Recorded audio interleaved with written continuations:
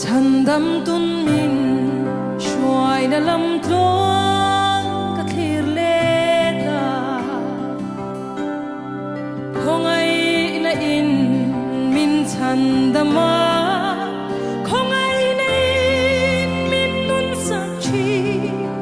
khong ai na in min en kul chi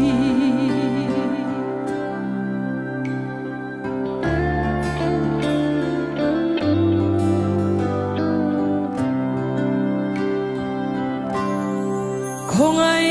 na in min thuk ru in min om tei chi dam lai shi om kong chuk chou bo chung mu van lai yang min choi thale ra po bi na min sia